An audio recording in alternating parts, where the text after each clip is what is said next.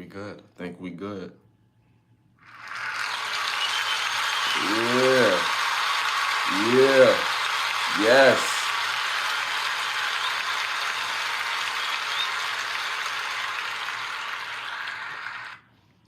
Man, y'all already know what time it is. What's good, y'all? What's good, y'all? What's good, y'all? What's great? Thank y'all for tuning in to another episode of Can the Brothers Get It Right podcast. I'm your host, Ashley Lovechild. This is episode 195. And I want to thank y'all for tuning and tapping in each and every Wednesday and Sunday. So, again, y'all been amazing. And yeah, let's get the show started, man. Quick shout out to all the loyal people that's always showing major love in the building. As always, I'm gonna get to the chat in a second, but the chat in here thick already. So I want to thank y'all for tuning and tapping in. Also, I want to thank the presenting sponsor of this podcast, which is Button Snaps, where you get the finest of movies, shows, documentaries, and original content for your viewing pleasure of $4.99. Again, that's Button Snaps. That's the word button, hyphenated sign, and the word snaps.com. Again, that's the word button, the hyphenated sign, and the word snaps.com. Also, I'm going to get to that later. Uh, Also, I want to thank y'all for supporting my new EP, Winners Loyalty. If you haven't already, just type in Ashley Lovechild on any music platform. It'll type right on up, come right on up.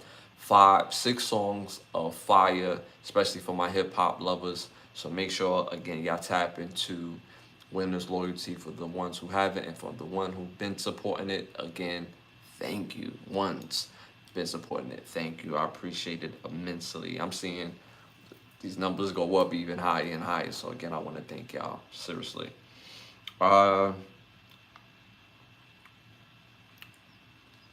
Thank the chat, man. Shout out to some of the people in the chat already in the building. It's kind of thick. Pause. I'm gonna mention a few people, not every single person, but I'm gonna mention a couple of y'all that is deserved though. It's deserved. I will say that it's definitely deserved, and I want to thank y'all for tuning and tapping in. Shout out to Culture in the building. Shout out to Shay in the building. Shout out to Ebony in the building. Shout out to Hazel in the building. Shout out to Tremont in the building. Shout out to Winter in the building. Shout out to King in the building. Appreciate that gifted. Appreciate that gifted. Much thanks. Always support each and every show. Thank you for your support as always. And also, we got them badge holders in the building, y'all. We already got them badge holders and day ones already in the building. So major shout out to y'all for tuning and tapping in, being ever so loyal each and every Wednesday, at each and every Sunday. Thank you. Shout out to them badge holders. And remember, y'all, we do have memberships within the. We do have memberships. The memberships are in the credits in the show. You can tune and tap in. Different memberships does get granted different access, so make sure you take advantage of it and tune and tap in. Also, I want to thank y'all. We're on the road to 20,000 subscribers. I'm a little over 11,000 subscribers. So continue to like, subscribe, share. Hit that all notification bell because I do pop up throughout the week. So you just never know what new hot topic I just might randomly come up on and, get a good rap with you guys. So again, make sure you hit that all notification bell. Also, you get 10% off if you use our promos code BrothersPod. Again, BrothersPod. You get 10% off in the store. 44.com. Can the Brothers Get a Rap podcast? But again, links is in the bio. So you hit the link within the bio. You use promo code BrothersPod and you get 10% off on all merchandise. So make sure y'all tune and tap in and take advantage of the prices. All right, y'all. Hold on. Before we move on, I feel like I'm forgetting one more announcement. Yeah, so we got a big show tonight. It's a lot to rap about. It's a lot that went going on throughout the week. I'm actually glad I moved the show up from Thursday to Wednesday because it's just too many news or too much news from that Sunday cycle all the way till now. All types of things has been going on, and y'all know how we do over here. We talk about everything. We talk about music, entertainment, social commentary. We get into it, and we get into it very deep and thick. Pause.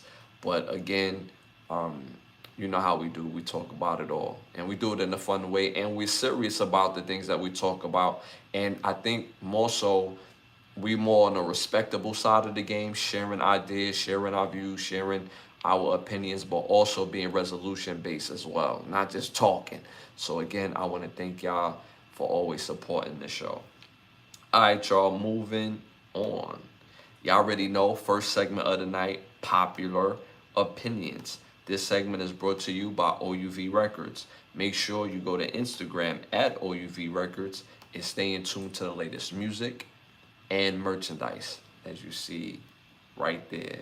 The label model is create, document, and inspire. So again, make sure you go to Instagram and hit at OUV Records and stay in tune to the latest happenings.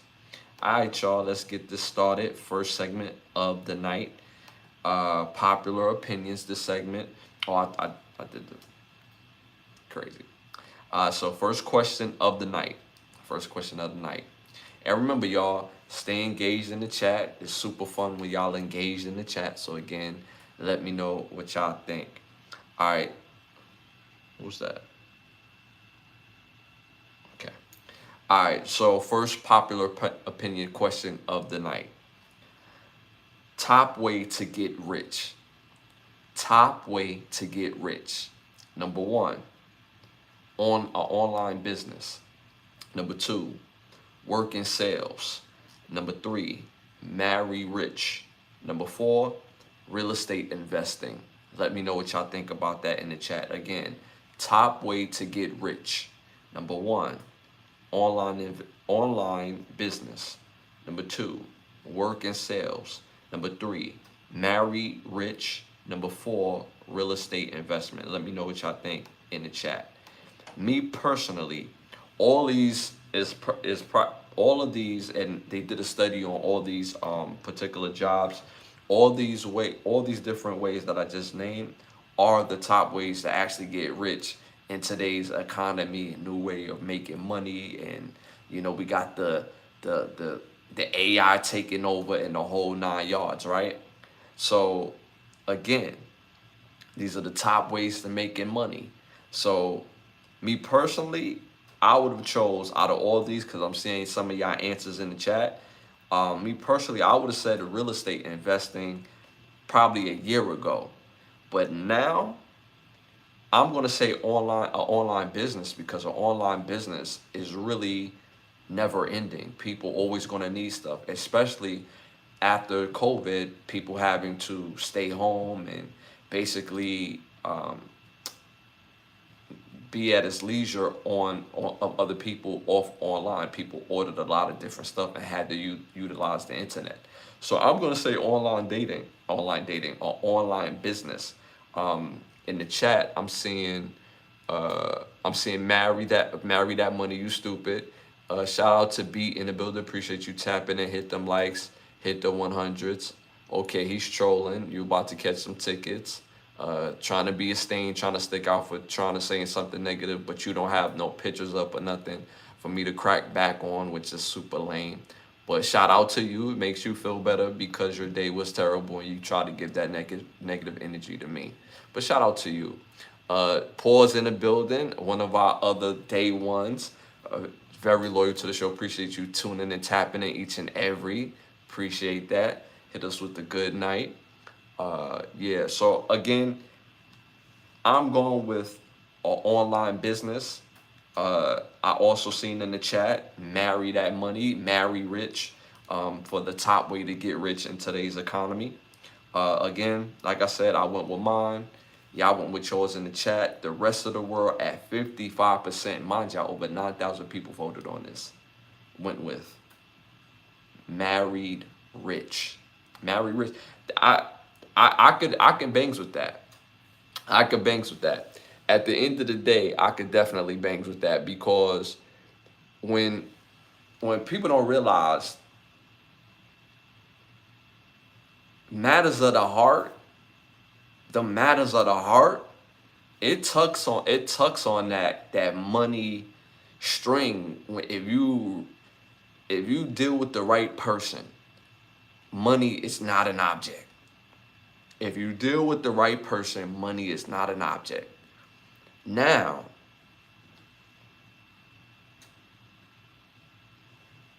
there's a lot of people that's moving in today's society that use the marriage aspect just to get their money on and then to leave at a suitable time. They don't even stick around for 10 years, 15 years, 20 years. Nah, they not doing that. They not doing them type of business no more.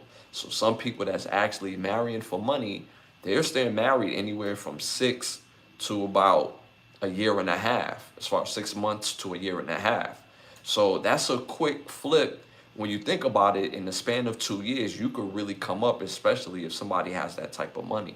So again, I agree, but this is statistically married to the rich is the fastest and the top way of getting rich in today's economy, which is crazy. And that's scary too, because you just never know who mess with you if you have things to give and offer. You know what I'm saying? And then like me personally, like I'm not rich, but when I'm with somebody, like yo, like I do things, I give, and it's like my mindset is like yo, if I'm a certain way, look a certain way, my woman has to look and be a certain way. Simple and plain. If I'm out giving it my all, she can't be half stepping in anything. So like me, I believe your woman is a representation of you as a man. So that's just my mindset and why how I move what I move when I'm in relationships. So if I was rich, what I give and do things, I would give and do more. So yeah, I get why people would say that. And then that goes for both men and women because I've seen men, well, I've heard of men that would marry to rich women, and I've actually seen it a few times. Actually, let me correct myself. And the woman gave without no what and continue to give, and she was cool. She was just cool with having that relationship. I may have seen it like twice in my lifetime though. It wasn't often. And the two times that I seen it, the woman was very giving and really like for that man and didn't care whatever that he had to offer financially. She was just happy that, he was there and she looked good too. So I was like, oh word. I was younger, but I seen it before. So but yeah, but it's a scary thing where you have love and then money is in the pot. Then you don't know if that recipe going to be genuine because you do have something to offer and to give. So, all right, y'all. Moving on to our next popular opinion question. Uh, Sports question: Who are the best brothers in the NFL? Again, question: Who are the best brothers in the NFL? Number one, Jason Kelsey. I'm sorry, Jason and Travis Kelsey. Number two, Eli and Peyton Manning. Number three, Shannon and Sterling Sharp. Number four, JJ and TJ Watt. Let me know what y'all think about that in the chat. Let me know what y'all think. Again, who is the best brothers in NFL history? Number one, Jason and Travis Kelsey. Number two, Eli and Peyton Manning. Number three, Shannon and Sterling Sharp. And number four, JJ and TJ Watt. Let me know what y'all think about that in the chat. I'm seeing JJ and TJ Watt. Really? Great players, man. Those guys are great players. JJ is definitely was the best NFL player for like 2 or 3 years. Like, and it wasn't even a question. It wasn't even close. And TJ Watt is an outstanding player in his own right. He's outstanding.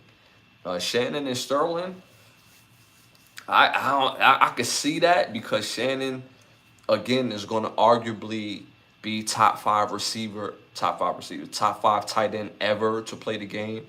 Sterling Sharp was definitely on that trajectory as far as a top five receiver ever to play, but his career was cut short due to an injury. And but man, like Shannon really, he got Super Bowls. He killed as a tight end. Eli and Peyton, I think that's probably like the easy answer. I'm seeing Eli and Peyton in the chat as well. Eli got 2 chips. I believe Peyton has 2 or 3, if I'm not mistaken. He has 1 with the Colts and another one with the Broncos, or 2 with the Broncos, if I'm not mistaken. Y'all could correct me in the chat. But I know Peyton has at least 4. He has at least 4. Definite 4. I'm not sure if he has 5. But Eli has, no. Peyton for sure has 2. I'm not sure if he has 3. Eli has 2. So altogether they have like a 4, maybe 5. I'm not sure on the second run that they did with the Broncos. I can't remember at the moment if they won the second time around with the Broncos with Peyton. So I know they have 4 for sure between the brothers. But me personally, I'm gonna go with Jason and Travis Kelce. Now Eli, well, I'm just gonna be honest. He was mediocre. Eli was mediocre. He was mediocre. If you look at his stats, he was mediocre. I would say 8 of the years he played in the NFL, he was probably like top 3 in interceptions. His receiving yards was decent, but he threw a lot of picks. And even though he played well in both Super Bowl runs, in the playoffs and in the Super Bowl, without him, the Giants don't win. But he has been mediocre, average to below average. I'll move it up to average mainly because he won 2 Super Bowls, and that's no disrespect. Peyton has been easily one of the best quarterbacks in the NFL since he stepped in the league, easily, and he has 2 championships under his belt. Jason Kelce, he's been one of the best centers in the league for a long time. I would say for at least 7 years, he's a top 5 center in the league. And he's won at least 1 Super Bowl. Because I believe the second Super Bowl that they did win, he chose to retire that same year. So I believe he just has the 1 Super Bowl. But Kelce, like, what are we talking about? Kelce got, 3 himself? So, I mean, they tied when it comes to the Super Bowls. But because of their dad, they're among of the, the first family of the NFL or whatever. And their dad was all right. He was a good player. He was always on terrible teams, but he was a part of those teams and a part of that product. So, you know what I'm saying? So I'm gonna go with Travis and Jason Kelce in the chat, but their outside fame is insane. That is very true. Jason and Travis are very famous outside of the NFL, and Travis was funny, and Happy Gilmore too. I didn't see Happy Gilmore too. I've heard mixed reviews on Happy Gilmore too. So I went with Jason Kelce and Travis Kelce. The chat went with Eli and Peyton Manning. The rest of the world at 44%, and mind y'all, over 54,000 people voted on this. This was a serious question. Again, 44% went with Eli and Peyton Manning. I'm not mad at that. I don't have no argument against that because all these brothers are great players. All of these brothers. If you had these, all these brothers could play on the same team except for Eli and Peyton, right? But I can't imagine if Shannon and Sterling Sharp was on the same team. Like, that would have been crazy. Or JJ and TJ Watt. Like, that front 7, and I'm talking about at their best and their primes. Oh my God, it's scary hours. Jason and Travis Kelce, yo, that's a great combo. You got a certified offensive lineman that could do it all. Strong, stout. He's not super big, pause, but he's strong, stout, smart, and he's a leader on that offensive line. And you got Travis Kelce in his prime. I know he had a bad game last game, but that doesn't define his career. Travis Kelce at his best is unguardable. You can't find a linebacker. You can't find a slot corner or a slot corner or safety to guard him in the flats or just running routes. This is route running is crazy. So again, I like I said, I went with Jason and Travis Kelce, but their fame is crazy outside of the game though. That is what's up. All right, y'all. Moving on to our next segment. Hollywood Need to Ask Us. I came up with this segment because Hollywood just gives us a lot of trash ass movies with no type of intrigue, no type of creativity. Yo, bring back the 80s and the 90s when it comes to that movie magic, the ideas.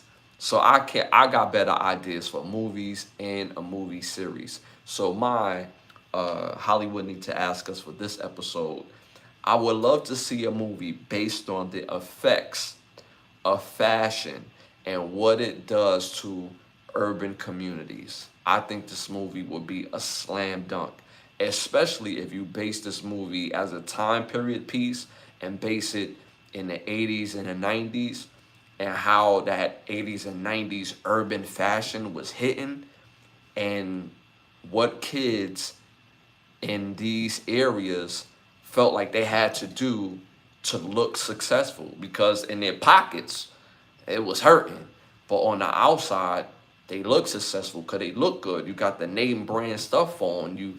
You feel like you have something to say through your clothing. And in most urban neighborhoods, even if you can't buy the most expensive things, people still find ways to express themselves through fashion, coming up with creative ways to make it look good and make it sit a certain way, right? So I would love to see a movie based on that, based again the effects of fashion in the urban community. And I would like it to be rated R, and I would love this to be an urban thriller, like a horror film, to be honest with you, because back in the 80s and the 90s as well, when it comes to not just clothes, but footwear and sneakers and boots.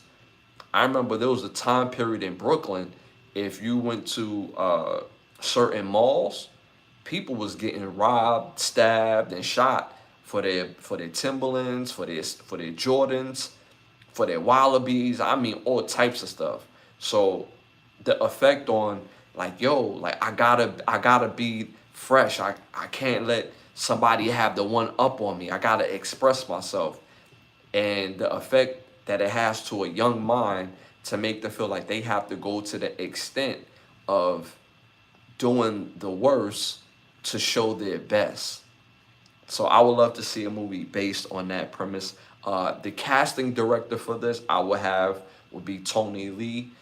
Tony Lee casted what's one he casted? He casted damn, what was the movie Tony Lee casted? He casted I have the movie in my head.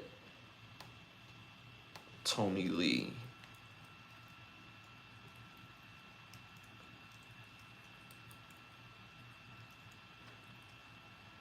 Is it Homeboy? It's not Homeboys. It's Tales from the Hood. There we go. Tales from the Hood. Tony Lee casted Tales in the Hood. And Tales in the Hood casting was spot on. Was spot on. Each and every character, because they took on like 4 or 5 different segments and made it one movie, which was absolutely chef's kiss, by the way. But the casting what made it work because you have a mix of acting, new faces, new energy, and I would have Tony Lee cast this movie. Also, the director from this movie as well, I'm going with Rusty Cundiff. I probably messed up his last name, but Cundiff is Rusty Cundiff. Yeah, Rusty Cundiff. I'm sorry. Rusty Khadif is mainly known for movies like Sprung, the movie Sprung with Tisha Campbell. Uh, I believe her name was Paula. I can't think of her last name, but Paula. You have Joe Torre, uh, and then you have Rusty Khadif as well. And Rusty Khadif also directed the movie I just said. The one I just said, y'all, the horror movie, right? So I would have him direct this movie as well with Tony Lee, having that combo, working together again, finding the right actors, whether they're unknown or whether they're, known faces, known entities. And I would love to have this movie made again, an urban comedy, or no, I'm sorry, an urban horror film, rated R. And again, it's about the effects of fashion, 80s and the 90s in the urban community. So I think this would be an absolute slam dunk. Yes, Paula Ja Parker. Yes, I couldn't say her name. Paula Ja Parker. Yeah, see how chat be looking out for me. Shout out to Paul. Been looking out. Paula Ja Parker. She was also, matter of fact, she was also in both movies. She was in Sprung, and she was in, I can't think of the name of the damn, Tales from the Hood. She was also in Tales from the Hood. So yes, terrific actor, by the way, actress, by the way. So shout out to Paula J. Parker. So yes, I would love to see this movie, and that's how I would do it. All right, y'all. Moving on to our next one. What's up, my dude? Shout out to Patrick in the building. Appreciate you tapping in. Hit them likes, y'all. Don't forget to hit them likes. Hit them 100s. It helps with the growth of the show. Appreciate it. Paul Friday also. Yes, Paula J. Parker. She was also on Friday. Yes. She was Craig's girlfriend in Friday. Yes. Pump faking and all, talking about who you went to the show with last night. All the while, she got a dude sitting damn near half naked in the bed with her. Just got it popping and stressing the other dude out. You know what I'm saying? So, and she was also, people don't remember, if people are not familiar with the Wayans brothers, she was actually in the Wayans brothers, I believe, for like the first season or the first 2 seasons. She was also in that. She's been in quite a few stuff. Yeah, Paula J. Park is a OG actress at this point. She's been in quite a few things, and she's always like, she was never just like in a movie. Like, she always stole a scene, or like she always showed up and showed out in her roles. Yeah, that's a fact. That is a fact. And she also was in She Hate Me. She Hate Me. She was in there too. So yeah. All right, y'all. Moving on to our next segment. Y'all already know our must-see segment. Some of y'all most favorite segment of the show. I'm gonna give y'all 3 must-see movies. My movies is fire. 195 episodes, and I haven't missed. And I like to name movies y'all never heard of. Have y'all heard of these movies tonight? I might give y'all one. Y'all may have heard of, but the rest of these, I doubt y'all have ever seen these movies. All right, y'all. Moving on. So my must-see movies tonight. My first must-see movie came out in 1994, directed by John Bailey. This movie stars Ed Harris, Madeline Stowe, Benicio del Toro, Charles Dance, and Larry Schuler. Y'all probably know Charles Dance most famously for Golden Child and playing the father in Game of Thrones. This movie is called, like I said, China Moon. Fire movie. Fire, absolute must-see movie. This is about a small town cop, and he meets a woman at the bar. She has a lot going on, and you have to watch the rest of the movie. I won't ruin it for you. I won't spoil it for you.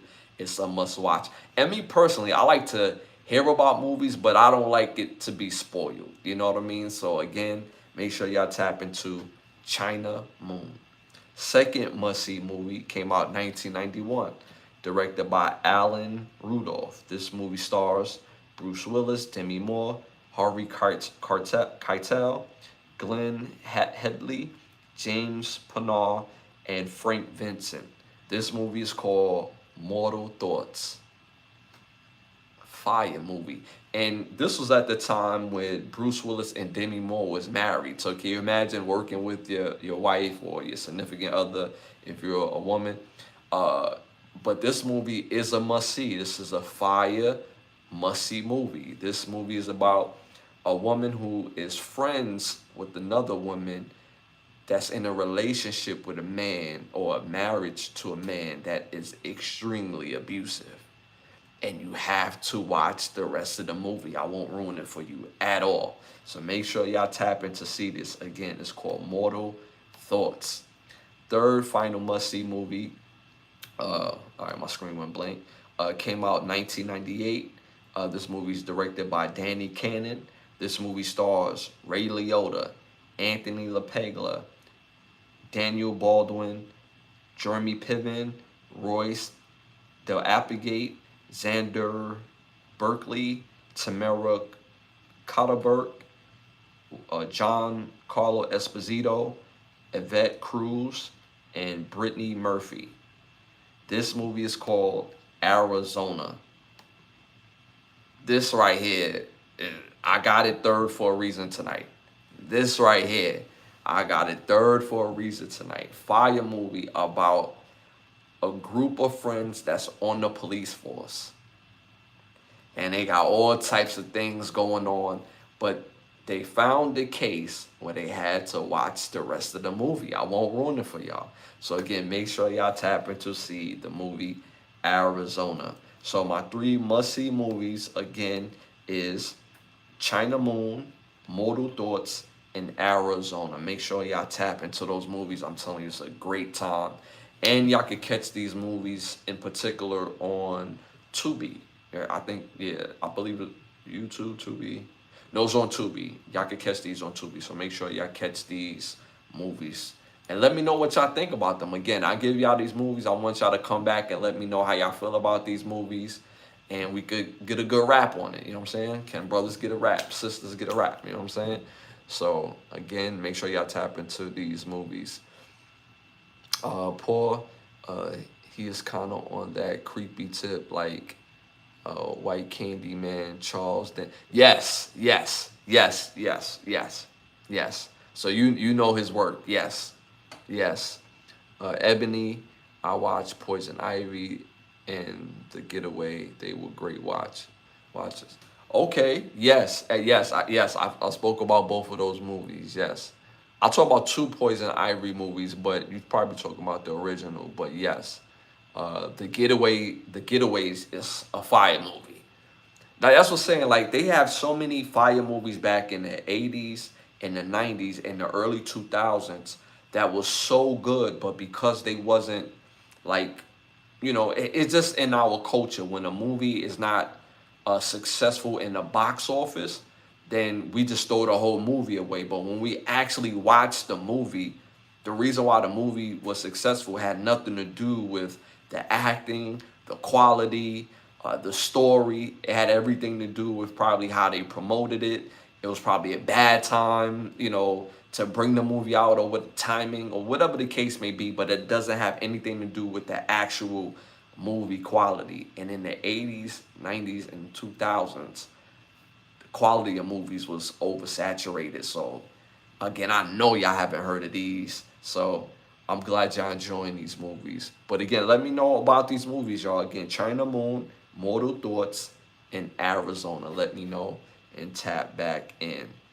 All right, y'all, moving on to our next one. I'm going to give y'all something to listen to, some must-hears. Each and every episode, I showcase an artist. This episode, I'm showcasing a soundtrack of a movie. A great movie at that. A must-see movie at that. I have mentioned this movie episodes ago, but it is a must-see movie if you haven't seen it. But the soundtrack is uberly fire. So the soundtrack I'm going to showcase tonight is the movie A Thin Line Between Love and Hate. If you haven't seen it, with Martin Lawrence, Bobby Brown, Lynn Winfield, I mean, the list goes on and on, right? Della Reese, it's a great fire, musty movie. Regina King, Miguel Nunez. It's just a fire movie. So the soundtrack of this movie is absolutely sensational. Absolutely. So these are the three songs you must put on your playlist from this soundtrack. Number one, the group is called Dark Complexion, and the song is called Ladies Night. Again, the group is called Dark Complexion, and the song is called Ladies Night. It's a fire song. Fire song. And in the movie, while they playing that song in the movie, it takes the movie to a whole nother level. You know what I'm saying? Number two, LBC Crew. That's the name of the group. And LBC, famously known for Snoop Dogg. Snoop Dogg, this is Snoop Dogg's group called LBC. This is probably his first or second group under Dog Pound. So the group is called LBC Crew, and the song is called Beware of the Crew. Beware of My Crew. I'm sorry. Again, it's called the group is called LBC Crew, and the song is called Beware of My Crew. Make sure y'all put that on y'all playlist. It's fire song. Fire song. And my third final must-have from that soundtrack, you gotta put on R. Kelly, Freak Tonight. As the third song. Again, you gotta put on R. Kelly, Freak Tonight. This type of R. Kelly song is R. Kelly at his height with all his superpowers in the music.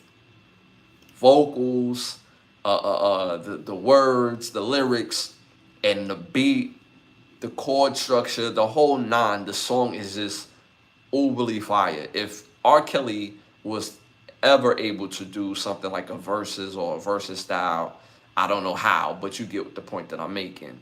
If he didn't go to things that if he didn't go through the things that he went through, I believe R. Kelly would have been the first artist that had to do a verses by himself, because ain't nobody could compete with him on the R&B side.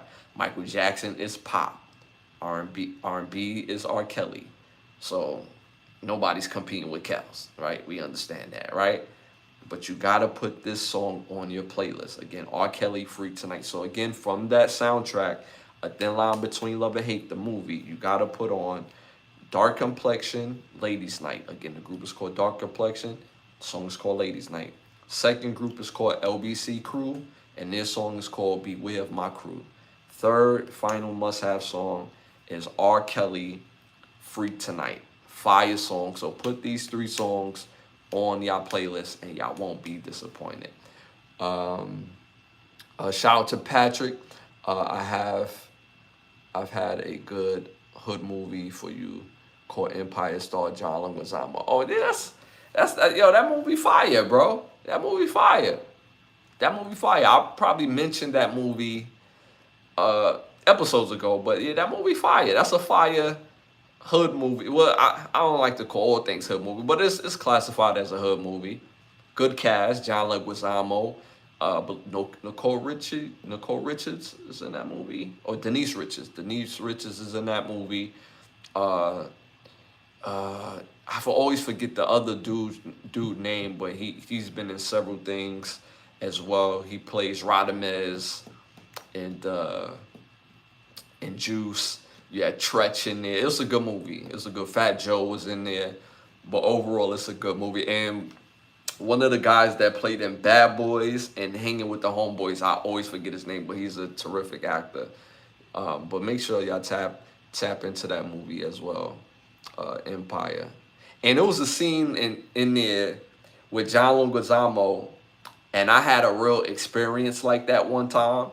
And without ruining the movie for y'all, he was somewhere and he was being himself, and the person looking at him while he's making moves was just like astounded that he was able to do something like that on that magnitude. And I don't want to ruin the scene for y'all, so for those who haven't seen it, but I had a real live moment like that before, and it's the best feeling in the world.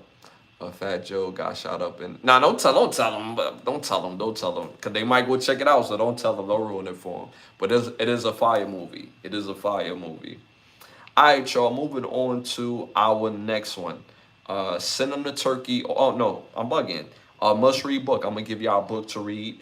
Make sure y'all tap into this book, What to Expect When Having Expectations. This book is by Ben Winter. This book is about learning how to manage your expectations. There's nothing wrong with wanting better. There's nothing wrong with doing better and doing the steps to doing better.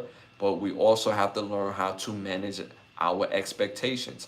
And that helps us how to manage our emotions. Manage these things, because when things go left, it's a bonus for us as individuals to learn how to tap into our emotional intelligence. So again, this is a great book to tap into. Again, it's called What to Expect When Having Expectations. And again, the book is by Ben Winter. All right, y'all, moving on to our send them to turkey or nah, send them to turkey or nah. Again, it's an inside joke on the show. When people are just out of pocket doing things that's too crazy, we get them out of here. We pack them up and send them to Turkey, because Turkey has some of the most stringent laws in the world. They will lock you up for literally anything in Turkey. So again, that became an inside joke, now turned into a segment. So again, type in T to send them to Turkey, and type in N not to send them to Turkey. All right, y'all, first one of the night. The entertainer Saweetie believes that she has what they call pretty privilege, and her pretty privilege is working against her in forms of pretty punishment. She believes that her pretty punishment has affected her music career, as far as the effect and sales and all these things of that nature. So let me know what y'all think about that in the chat. Are we sending Saweetie to Turkey for her comments, believing that she's paying something called pretty punishment because her effect in music is not the same, opposed to if she would do it if she wasn't so pretty? In her opinion, these are what she said. Let me know what y'all think about that in the chat. We send her to Turkey or nah, T or N. Let me know what y'all think in the chat. Okay, the chat, they sending her to Turkey. The chat sending her to Turkey. Okay. One-way ticket. Wow. Yeah, chat is, I love the chat. T all the way. Her music is okay. I'm not gonna finish that. I will say this though. I will say this about Saweetie. She is a nice looking girl, but I don't think she receives pretty punishment. She may receive pretty privilege in the dating space, but when you're talented, people know talent. You may not be famous, and she's famous, but I'm trying to land this plane.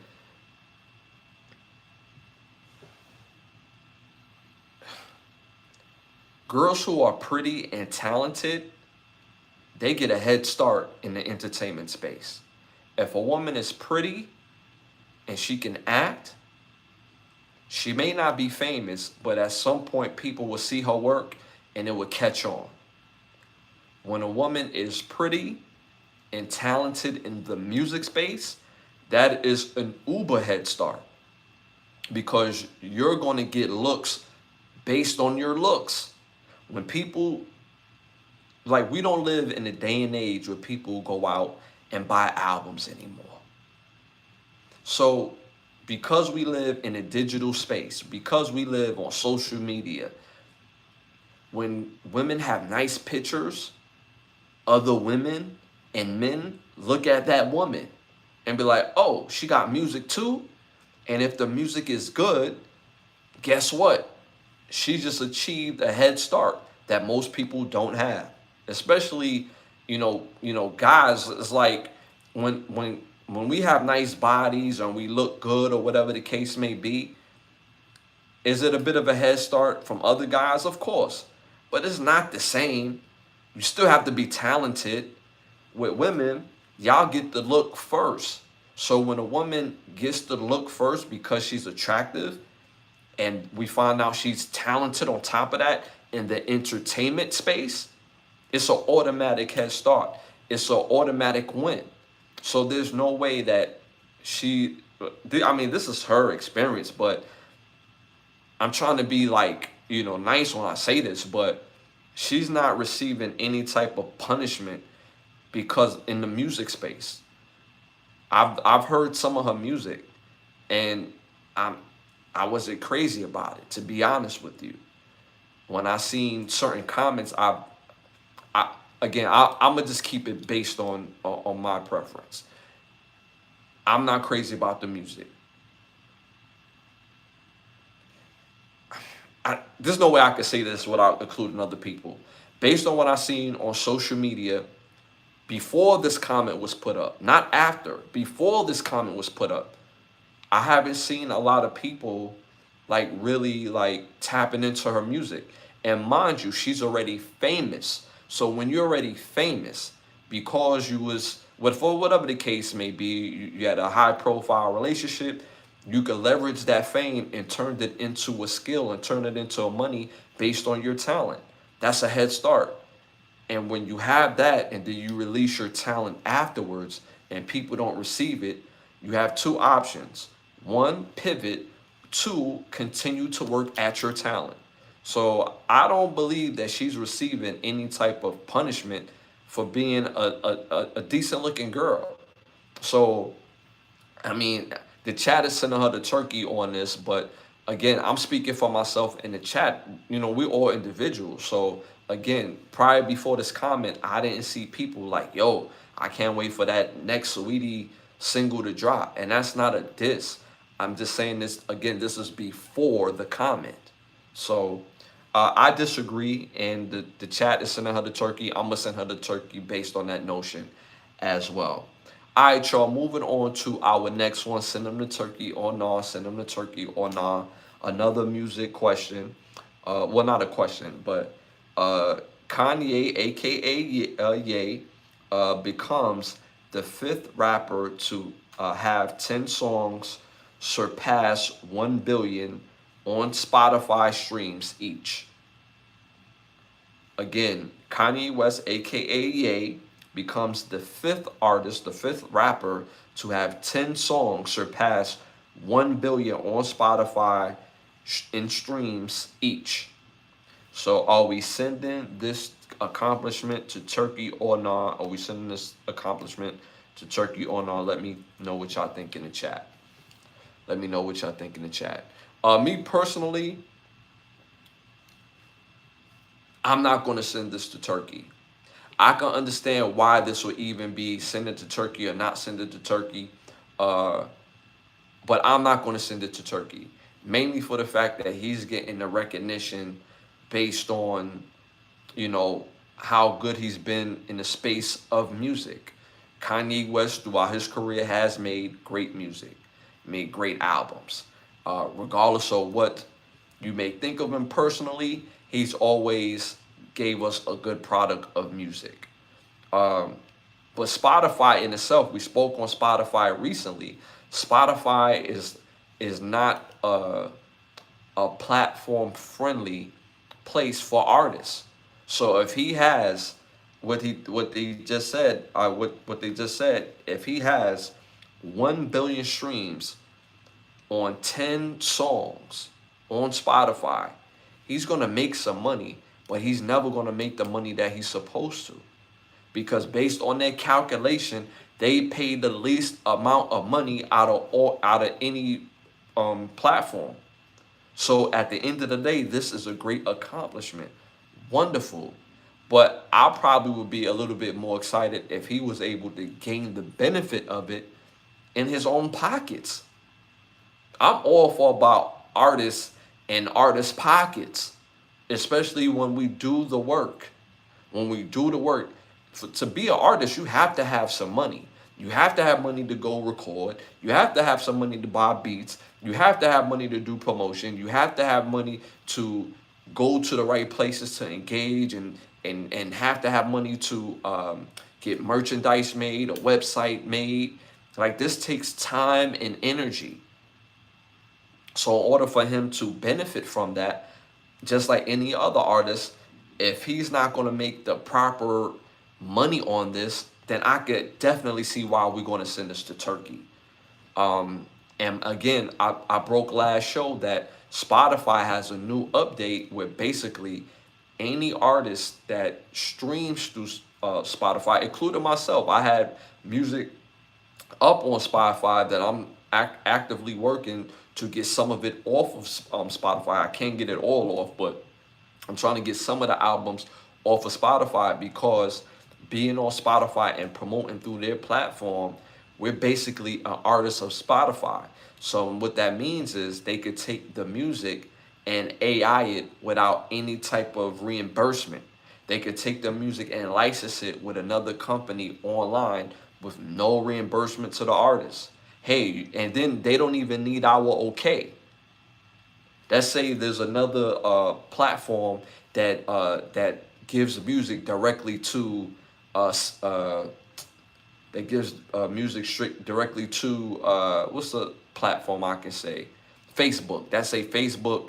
You could go on Facebook and look up the music or whatever. That takes a distributor that does that, right? So imagine that distributor going to Spotify and saying, we want these artists. And so Spotify would get them, and that distributor would pay Spotify and not the artist. And the artist will continue to make the pennies based on the play. So that people not understanding there's a difference between having the stream count and there's also a difference between having the buy. When they buying the music, when they're buying the rights to it, we don't maintain it based on going it through Spotify.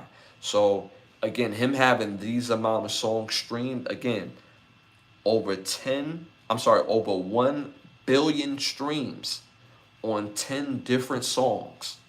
That is a ridiculous amount of streams.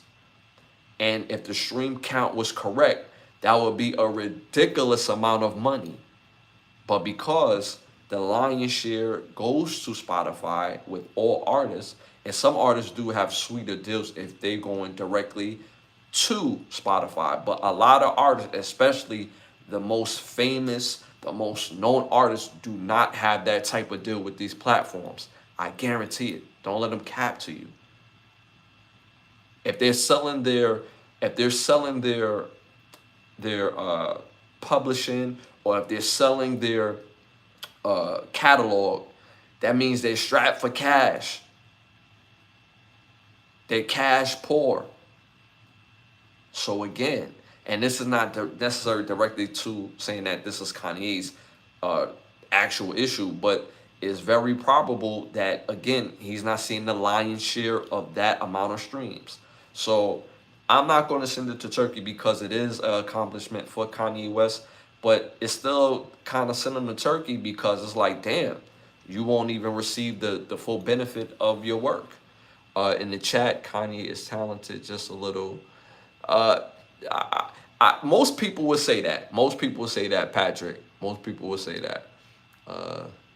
This is an awesome accomplishment. Yeah, it's so. All right, so for what most people don't understand, as artists, the biggest thing that most artists want first and foremost is love and respect from our peers, other people that make music, right? Like, damn, I respect the way he rapped that. I respect the way he sung that. I respect the way he did that beat. And secondly is the love from the people.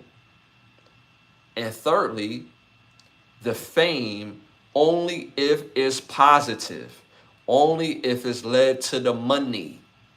Because money and fame is not one and the same in the music space. So this is a huge accomplishment for Kanye West. Absolutely. Absolutely. But when you don't receive your money, he does receive the love from his peers. He does have the love and adulation from his fan base and things of that nature. But the money has to align. So even being famous, like even with artists will rather get their money if they're not going to be famous. Most artists would rather get money than be famous. Now, the artists who are pushed, They want to be famous more than have that money because they signed their rights over. The money that they were supposed to make is being used to push to be made for them to made to be famous. But again, cash poor. So, but shout out to Kanye West. That's again a huge accomplishment. But again, tap into that money. Tap into that money. Get 200% of your rights. So, all right, y'all, moving on to our next segment. Y'all already know what time it is. It's time to rap. This segment is brought to you by Button Snaps, where you get the finest of movies, shows, documentaries, and original content for your viewing pleasure of $4.99. Again, it's called Button Snaps. That's the word button, hyphenated sign, and the word snaps.com. Again, it's the word button, hyphenated sign, and the word snaps.com. First hot topic of the night. Oh, well, hold on. Before I get to the first topic, rest in peace. Rest in peace to Ricky Hatton, iconic boxer, great fighter, man. He has some. He's had a lot of signature fights. If you don't know who Ricky Hatton is, please go look him up when you get a chance to. He was an outstanding fighter. He had classic fights. So again, rest in peace to Ricky Hatton. He passed away at 46 years old. And again, to an iconic actor, again, that just passed away as well. Robert Redford, terrific actor, man. Robert Redford, if you watch any of these movies from like the 80s and the 90s, you're going to find Robert Redford in these movies. And he's always been a stellar actor. He's probably most famous for the movie called Indecent Proposal with Woody Harrelson and Demi Moore, where he plays a billionaire or a multi-millionaire tycoon, and he sees this married couple, and he's so engulfed with the woman's beauty. He asked the husband straight up. He was like, yo, how much money I made?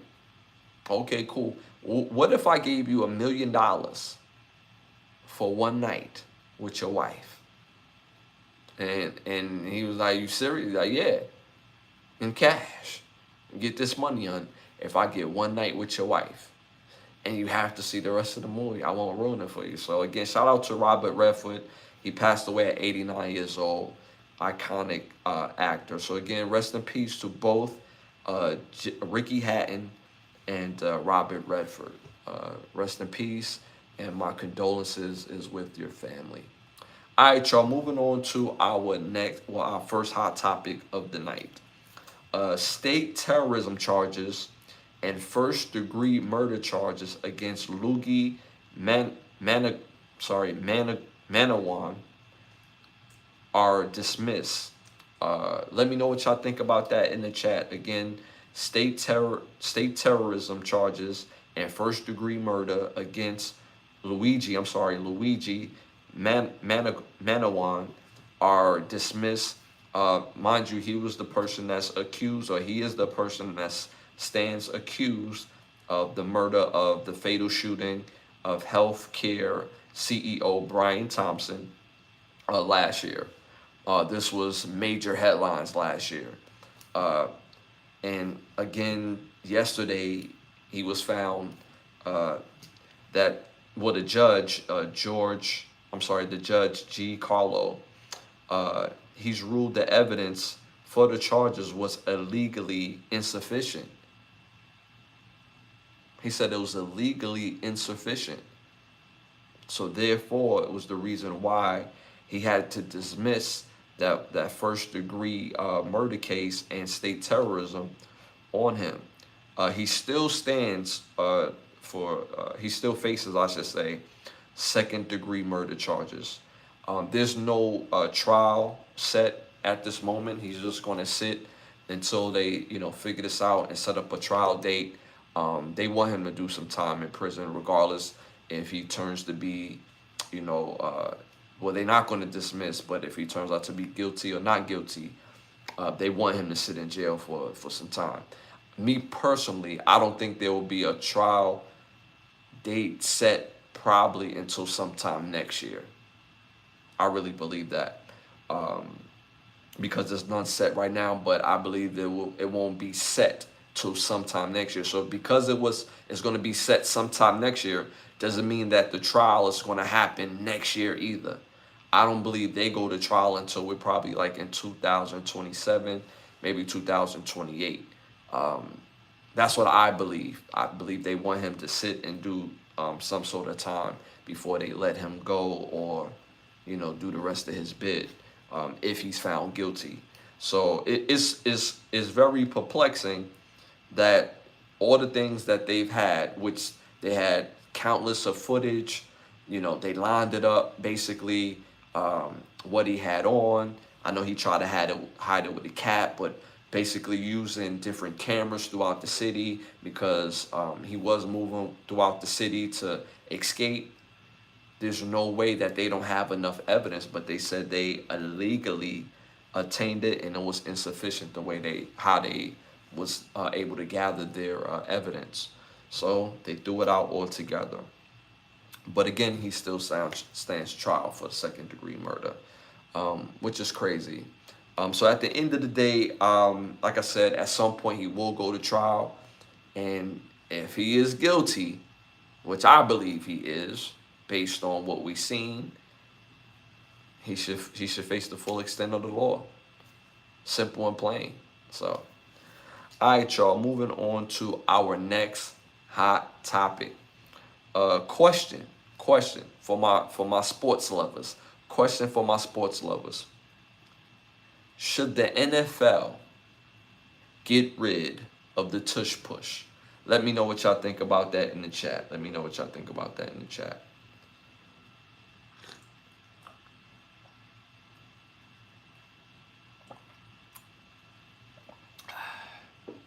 No worries, it's just water.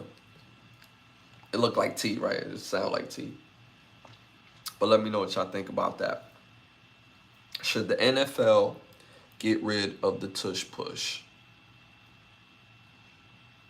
Shout out to Yusuf in the building. Appreciate you tapping in just like the stream with my tip. Okay, appreciate you tapping in. Appreciate you. Hit that like, hit them likes, hit them hearts, hit them likes, hit them hearts, hit them 100s in the chat. It helps with the growth of the show. Shout out to you. But again, let me know what y'all think in the chat. Should the NFL get rid of the tush push? Me personally, I've seen the Eagles run this ad nauseum, and one of the in-game commentators mentioned this. Every time they get the tush push, they're basically offsides. And if they're doing that, or they get a quick jump, then there's no benefit to the actual game. That is too easy of a competitive advantage. Mind y'all, if y'all look at any team in the NFL, their offensive line on average is routinely 6'4", 6'5", 308-pound human beings. You got a tight end who's probably 6'4", 250.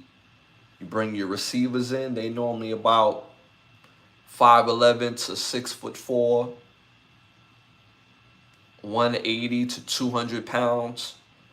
A fullback who's normally about 6'2", 235, and a running back who's probably on average 5'10" and taller to about 200 pounds. And you have a quarterback, and if you have a big quarterback like Jalen Hurts, who's more so big in muscular pause, in physique, Allen on the Bills, and several other big size quarterbacks pause, without naming every single body. I just want to get to my point. It's a OD competitive advantage. It's not even competitive at that point. The whole purpose of something being competitive is that you have your strategy and you have your play. And both teams, based on strategy and basically within the confines of the rules, you work that strategy. But the tush push is almost like cheating. It's almost like cheating because you're only using that play to get a couple of inches in the play. And for the Eagles, it works damn near like 98, 99% of the time. And the times that it doesn't work is when they don't jump first. So at the end of the day, looking at this is not a competitive thing for the NFL. There's nothing special about it at all. A quarterback sneak is different from the tush push because even the tush push, you're not just doing a quarterback sneak, you're getting pushed by your running backs, your tight ends. Everybody's pushing that player to get to the first down. So it's not like they're physically blocking the other player and the other player just folded. Is they're basically giving a competitive advantage to the person who's running the ball. So should they get rid of the tush push? I absolutely agree, and I do believe that they will get rid of it after the season. I absolutely believe that because it's not competitive. And when you bring it on, and then when guys get the jump and they're not calling it, it's a first down every single time. So, and there's no strategy regarding the tush push. You know, in football, physicality is a strategy in itself. But again, to me, I think it's borderline cheating. I think it's borderline cheating. I only believe that the tush push can be modified back to the quarterback sneak. But the quarterback sneak in itself on defense also has to be modified as well. So I believe you can still have the quarterback sneak without having the tush push, and as well as the defense pushing their D line to gain more leverage. So again, I would get rid of the tush push because there's nothing competitive about it.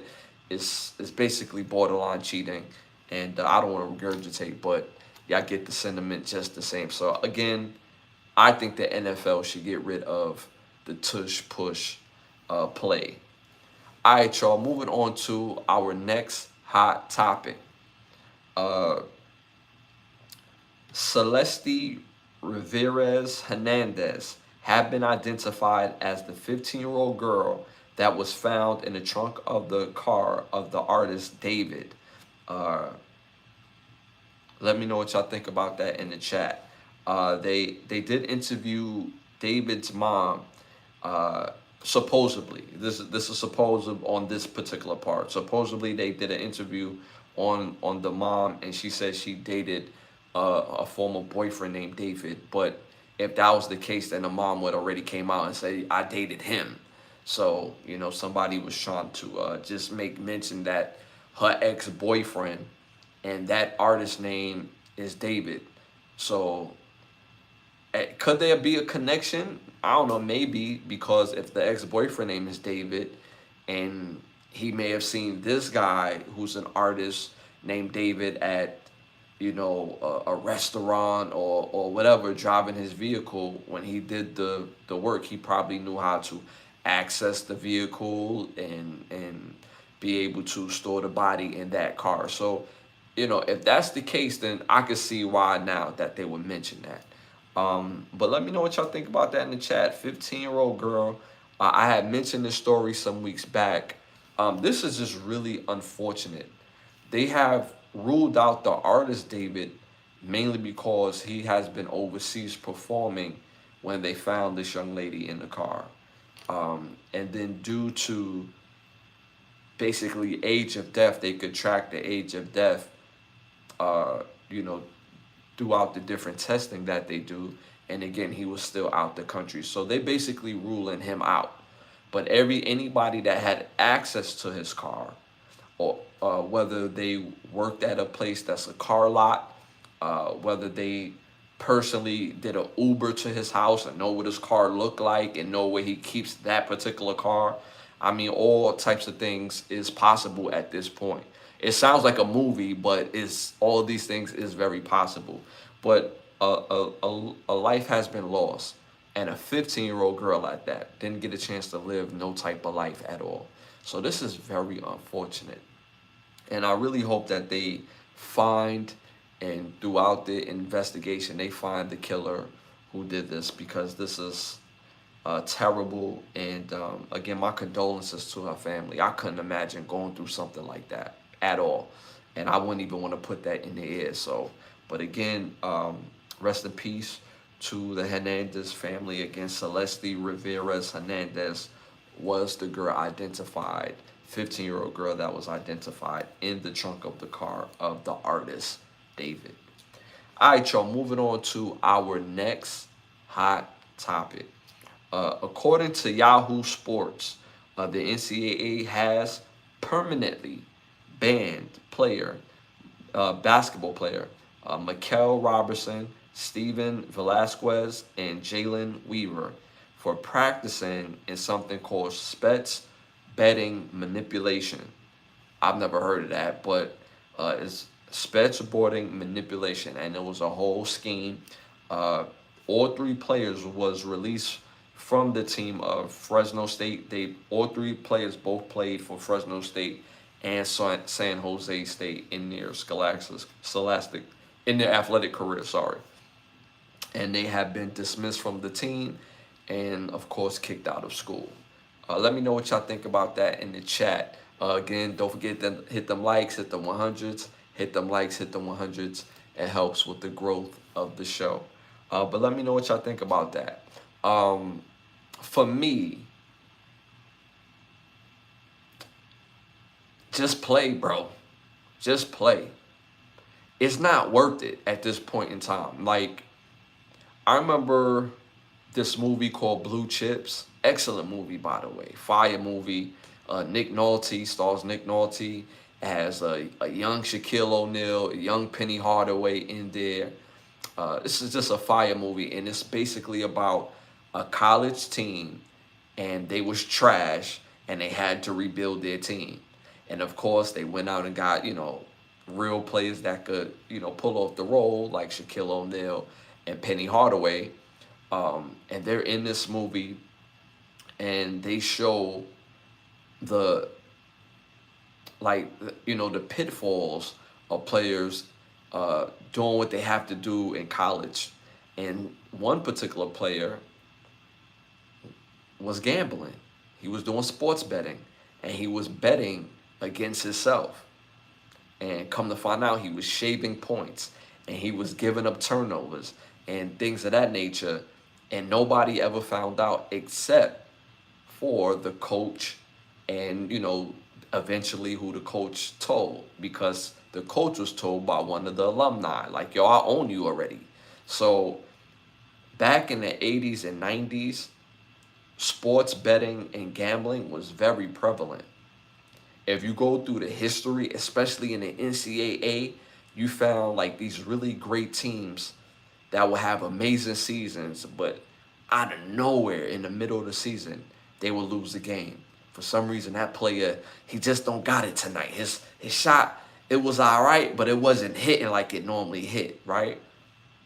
And they also covered documentaries about this, how members of the mob controlled college basketball. So for this in particular, now that we're in 2025, to still see this going on, mind you, players are getting NILs and they're getting paid from the schools to play sports, especially when these players are standout players.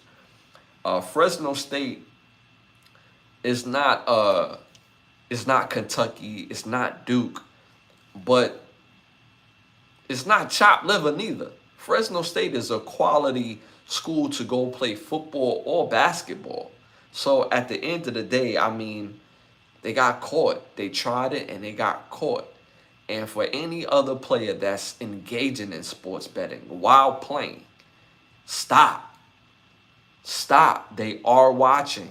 It's not worth it. This is the game that you love. This is the game that you invested your time, energy into ever since you was a kid.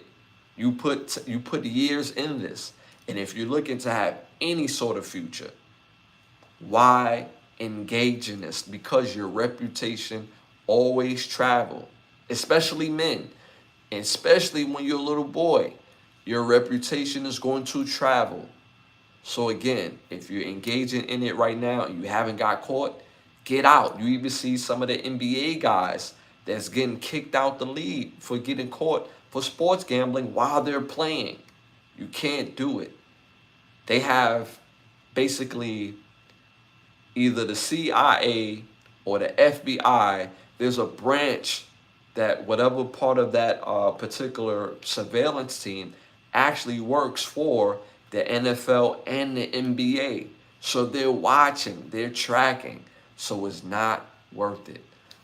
It's unfortunate that it happened to those guys, but again, this is a cautionary tale. If you're doing it, stop. If you're doing it, stop. They will catch you, no matter how elaborate you think the scheme is. It's unfortunate. All right, y'all, moving on to our next hot topic. Um, rapper Cameron, rapper Cameron kicks boxer Adrian Broner off his show of It Is What It Is podcast. Um, he kicks Adrian Broner off the show because he was making continuous unsolicited comments to his co-host Treasure Wilson, aka Stat Baby. Um, he was complimenting her, but he was overdoing it with the compliments. It's like, okay, 1 and 2, cool. And Cameron just like, yo, bro, we're trying to keep the show going along. Please stop. It's uncomfortable. On top of that, her boyfriend's in here. We don't want no drama. Stop. Adrian Broner's like, oh, my bad. You right. You know, my bad. I ain't going to say it no more. And then he continued to do it while they're trying to move the show forward. Cameron asked him again, bro, come on, like, stop. Like, you know what I'm saying? Like, when the dude say, you know, G shit, like, he's saying, like, yo, my word, stop. If you don't stop, then something's going to happen. It don't have to be something physical, but it's like, we're going to stop this, right? And he did it again. And Adrian Broner probably was under the influence of some sort of substance, but he did it again. And I'm not going to lie, I love the way Cameron handled it. He just got up and was like, yo, bro, like, we can't have this, bro. I'm going to pay you for your time. You still my brother, but this is not a good look. This is not a good look. I asked you to stop. I asked you to stop. And on top of that, her boyfriend is in here as well, too. So being that I asked you to stop, which is most importantly, the reason why he brings up the boyfriend is here because you don't know how that boyfriend is going to react, regardless if his girlfriend is known or famous, whatever the case may be.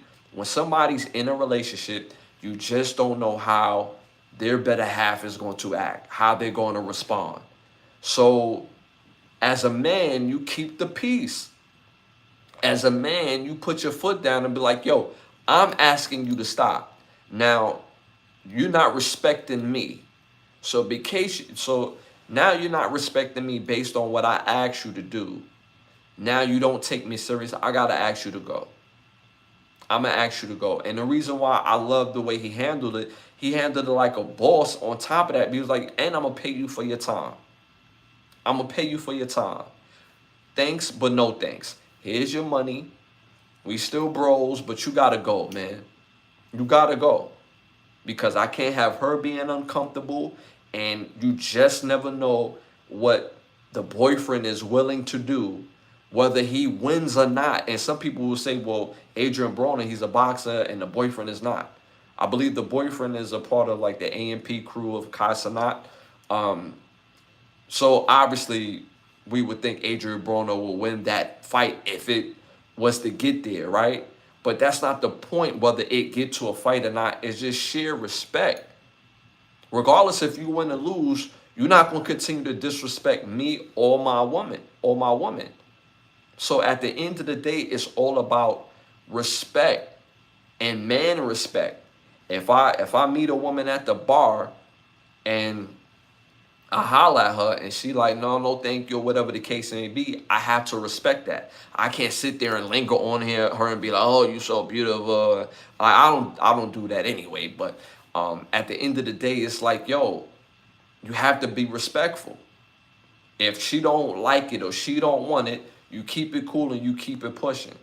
Now, if it's mentioned like, yo, I'm cool, or yo, she cool and her boyfriend is in here, I have to be respectful to that. And mind you, I could fight.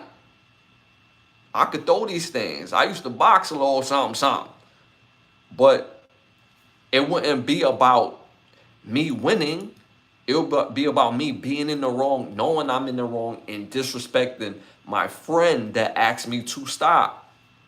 So I love the way Cameron handled this situation in particular, because one, it showed the protection that he has for the lady in the crew or on the show, right? You're not gonna play about her. She's gonna be respected and she's gonna be protected. Love that, right? And more so, it's a bigger picture that us as cultured men, that we don't protect the women that surround us, which is the biggest load of bullshit ever. Like, I protect the women around me. And I refuse to believe that I'm the only cultured man that protects the women around him. Because I know for a fact I'm not. I know plenty of fathers, boyfriends, uncles, big brothers that protect the women in their family and the women that's around. While y'all around here in these parts, you're going to be protected. I'm not going to let you be stupid neither, but you're going to be protected. So I respect the hell out of that. And sometimes we have to let our friends know, yo, you stepping over the line. Now, some people say, well, she was laughing about it. Well, you got to understand something. Her laughing about it wasn't necessarily a laughing at Adrian Broner. It was more so not making a situation worse. You ever be texting somebody and you put LOL at the end? The LOL, even when you're texting somebody something serious, when you put the LOL, you don't have to make it contentious. You don't have to make it like, yo, it's a problem. It could still be a problem, but it's like, yo, I'm saying what I'm saying, but it don't have to be serious. LOL. And be like, oh, all right, the LOL is there. It's like, all right, I'm not gonna do that no more, and it's respected. It's like saying something, but you being very respectful about it. So her laughing at or laughing in response to what Adrian Broner was saying on complimenting her, and there's nothing wrong with complimenting a woman, but when you're overly doing it, when you're not reading the room properly, then it becomes an issue. When you're being asked by your bro, by your friend to stop, then stop. Simple and plain. So again, I love the way that Cameron handled it. And to Adrian Broner's credit, he received it. Pause. He received it in a way where it's like, all right, man, damn. Again, I apologize. He got his money and he left. He didn't cause a bigger scene that because that could have went all the way left, right then and there, asking him to come off the show, and he was probably, gearing up to be on there the whole show. He was probably supposed to do the whole show. So at the end of the day, that still could have went left. So to his credit, he had to take it. Pause. But you can tell that he was under some sort of substance. But even when you're under some sort of substance, whether it's alcohol or some sort of narcotic, you have to read the room, especially when you're a cultured man. Not reading the room properly puts us at a huge disadvantage. And later on, people are not going to want to mess with you. So again, I compliment rapper Cameron for handling that situation that the proper way, in that particular way. Yes. All right, y'all. Moving on to our next hot topic. Police ruled out foul play after a student was found unalive in the middle of Delta State University campus. The student name is Trey Reed, and they found the student hanging from a tree on campus. It took a while for the publications and the news cycles to release his name, mainly because it was still trying to notify all family members of his passing before it hit the public. This is super nasty. This is super egregious. Them ruling out foul play in Delta. I believe Delta State University is in Mississippi, if I'm not mistaken. The history of Mississippi will say that it's not. That foul play had to be afoot of this particular situation, of this crime, of this murder. The history. And then when you do the history and you really uncover some things, the people who are calling it, the people who are the investigators, the people who are the chiefs of police and the police officers, and then in certain towns, they have backgrounds that reflect their disdain for cultured people. So we have to be careful and unlayer these levels. Now, based on the evidence found, because it's probably how the person dressed it up, that they ruled out foul play, it's like, if it wasn't foul play, how can somebody hang from a tree without some sort of ladder near them? Without some sort of note left behind? If foul play was ruled out. If they was just found on a tree and it's just them on a tree dolo with, like, how they get up here? So how can foul play even be ruled out?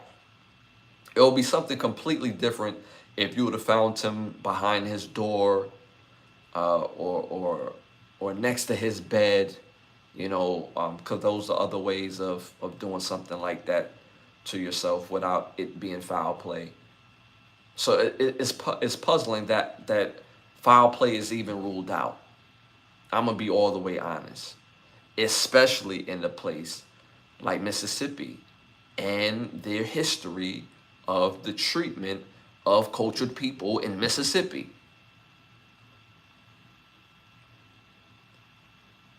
Delaware State University, in my opinion, you do that there on purpose.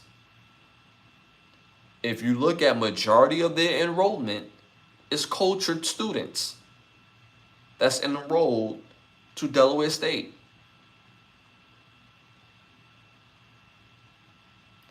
Whoever the individual or individuals that pulled this off was trying to send a message to some people. And this is coming in response, or well, I won't say in response of, but it's basically in the same realm of Charlie Kirk. Because when Charlie Kirk got murdered, you had certain people that say, well, we're going to take it out on, you know, HSBUs and yada, yada, yada. Could this be a retaliation of that? And what's puzzling about that, the person that's standing accused for murdering Charlie Kirk isn't cultured. He's not a cultured individual. He's a white guy. He's a white guy. So I don't even understand the retaliation factor in that regard.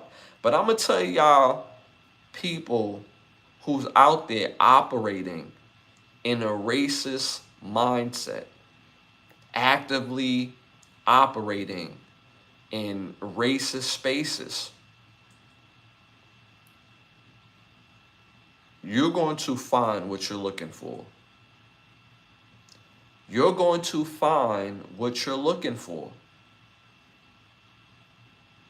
People who operate in racist spaces, they have a racist tendencies and ways about them, and they just racist. They have a way to survive by learning how to read people. And certain people, you're not going to try it with. Certain people, you're not going to the neighborhood and to be big and Brody. You're not doing that. Because certain people, you know you're not going to win. So stop. Don't even take credit for something like this. Because honestly, I would hate to see our country, for real, have a civil war. I would really hate that. That's something I would hate. That's something I would hate. And a pending color against color, when at the end of the day, it's all a tool. All pawns. It's something bigger afoot happening. And the more you have people going at each other, the easier that it is to swindle people on the back end, whether they're cultured or not. We're all human beings. So the racists that's operating in these spaces that are trying to drum up that type of energy and action from both sides, whether you're also being an agitator at this point, it's not going to work. Because one thing you don't want us to do is start retaliating either. And the thing is, I want to see people who are not cultured speak against these type of people. Because cultured people speak against cultured people all the time. We not on the same time, we not on the same page, and it's very easy for us to call each other out. We do it all the time. We do it on a daily basis. Oh, I didn't like this. I didn't like you did this. And even if something is positive, we're still going to find something that we didn't like what somebody did from our culture doing. So I want to start seeing people who are white, who are not cultured, calling other people out who's white and not cultured out when they moving on some BS. Because the last thing we want is a civil war. Knowing damn well that racism is used as a tool. It's not something we're born with. And tools are meant to be used for a higher purpose. It's a tool. You can either use it or replace it. So I don't even want people to start acting like, yeah, this is going to be the new thing if y'all don't, stand down. We're going to have this over here. We're going to have this. Don't do that. No. Don't even take credit for something like this. And for the ones who did do this, you deserve to burn. You deserve to burn.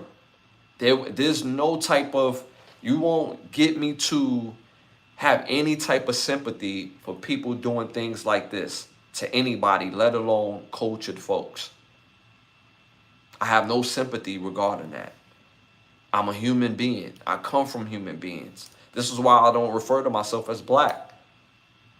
Black, in the definition of black, is because I'm not 3/5 of a person or a human being.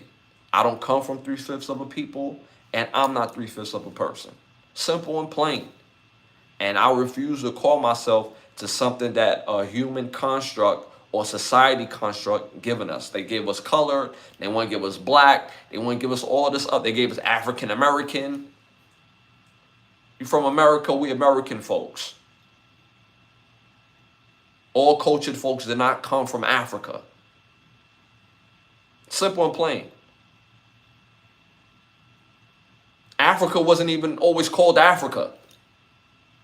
Africa is the continent. It's not even the country. We have roots deeply in this country as Americans that happen to be cultured. We was born all over the world. Of course, they said the first man, the remains comes from Africa or the continent of Africa. But we're all over the world. There's something called the Moors that traveled all over the world and conquered all over the world. We have roots as old. We have canyons and pyramids older than what you would actually believe in America. So this is not an African American conversation. This is us understanding our lineage.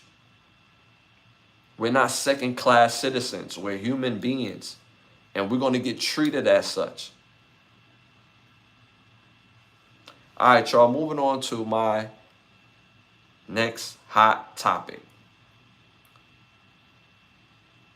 Department of Education has approved $435 million in funding to HBCUs. Let me know what y'all think about that in the chat. Department of Education again approves $435 million of funding to the HBCUs. Let me know what y'all think about that in the chat. Me personally, I love it on one end, but on the other, what is it supposed to change? Some people easily will say, well, that's easy, Ash. You know, it's supposed to help with this, this, and this. Campus structure damage, dorm upgrades, financial aid upgrades, because colleges benefit on enrollment. This could go to some sort of advertising. It could be used for a multitude of things, yes. But the reason why I say what's going to change is because this statement in itself is very vague. Because when we hear institutes receiving money and you go to the school, you don't see the changes that I just mentioned. Whether it's a campus upgrade, whether it's structural damage, whether there's a dorm upgrade that needs to be had. Because I don't want to say in all HSBUs or HBCUs, the dorms are not the greatest. Molding, the natural upkeep is terrible. Again, not in all, but in some.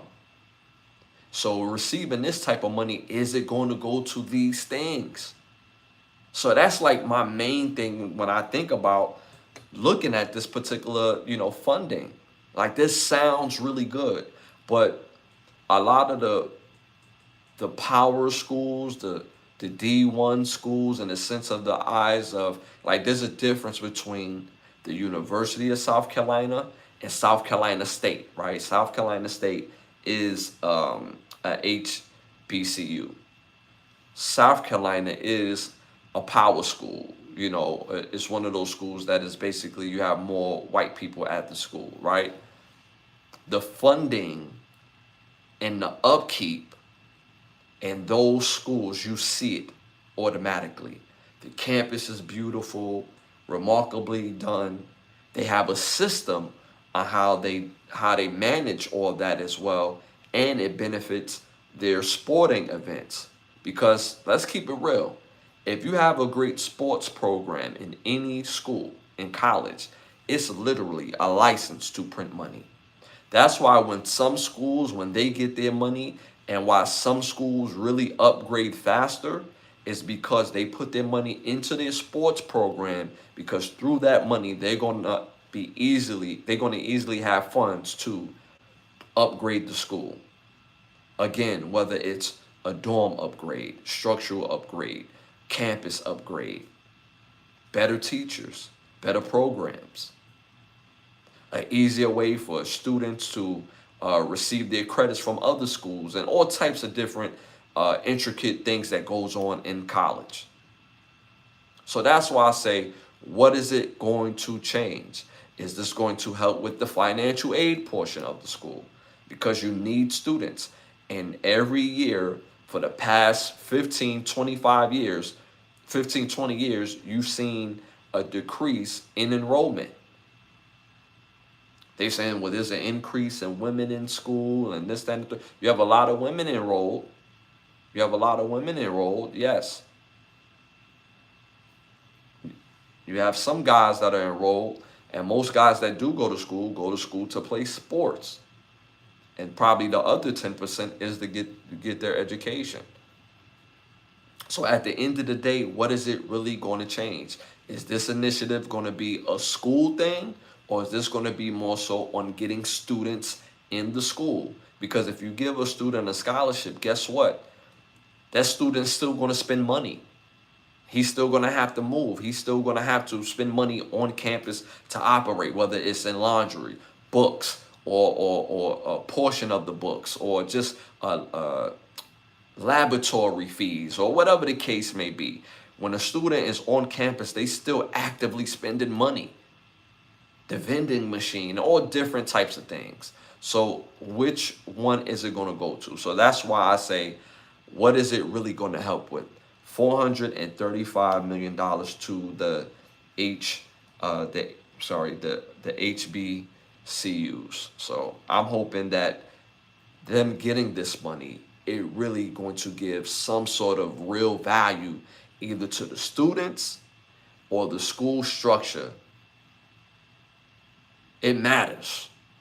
So that's why I say that. All right, y'all, moving on to our next hot topic. The new Anaconda movie dropped, trailer done dropped. Oh, I'm sorry, the new Anaconda movie trailer done dropped. I said the movie. The new Anaconda movie trailer dropped. It's not what I thought it would be, but it looks good. It stars Jack Black, and you would think it's the typical Anaconda scary. Yo, there's an anaconda. We in the woods trying to catch an anaconda, or we trying to find the youth of the fountain of youth, I should say, and you run into an anaconda. They did a comedy based on this rendition of the anaconda, and it looks pretty good. The story looks pretty good. Based on what I seen from the trailer, you have a young group of filmmakers who wants to make a movie. They go to the bank trying to get some money to make a movie, and the bank gives them about $9,000, which is a good amount of money to actually make a great independent film. So their idea was to go to the Amazon, find a live snake. And most people don't know anacondas are not that big how they portray them in the movies, right? But they are like big animals, right? But to find one and basically work the movie around the baby one that they will find, based on from what I've seen. And then they end up running into the real live, big, super big paws anaconda, and they running for their life, but they made it into a comedy. So it was very interesting because, to me, scary and comedy go hand in hand, because there's nothing funnier than somebody being scared, in my opinion. And scared, not just being scared, but like, the right type of scared, right? Being afraid of a lion or a tiger or a bear or a big ass snake, that's funny, but it's real, right? But that's like a harmless, like, I'm not talking about somebody being, afraid to come outside because somebody might get shot. That's not funny. But when you see somebody fall or something like that, or trip, it's kind of funny, right? So in this instance, seeing somebody uberly scared and running for their life is funny. So I think I like the twist that they put to the new Anaconda movie. And like I said, the trailer just dropped and it looks pretty good. So I'm looking forward to seeing that. All right, y'all. Moving on to my next hot topic. College football picks is in. It's Wednesday night. College football picks is in. My pick six is in, and I'm also got my picks for the NFL as well. I call this weekend Reality Saturday. Again, I call this weekend Reality Saturday. So if you're trying to win you some money, my picks could help you get over the top. Last week I went 4-2 in college and 3-3 in the NFL. And who knows, if you'd have used one of my picks, you probably would have won a game. You would have won 2 games, or however. But and I don't call easy games. So at the end of the day, I got some great picks. My pick 6 is in, and like I said, this is Reality Saturday. And the reason why I call it Reality Saturday, because the good teams who are good will beat the teams who are bad. So the first game I have is number 17 Texas Tech versus number 16 Utah. And this is at Utah. This is going to be a great game.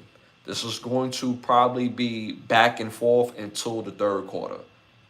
I'll be very surprised if the game favors either team very early. But again, Reality Saturday. Texas Tech is high potent. And it's been a while since they've been high potent. So I have Texas Tech winning this game. I think they're a good team, and they're playing a Utah team at the right time. Because the best time to get Utah, especially when the Utah team is good, is the beginning of the season, in my opinion, when they playing caliber teams. So I'm going with Texas Tech on this. Again, I think their offense is too potent, and I think they would win at Utah.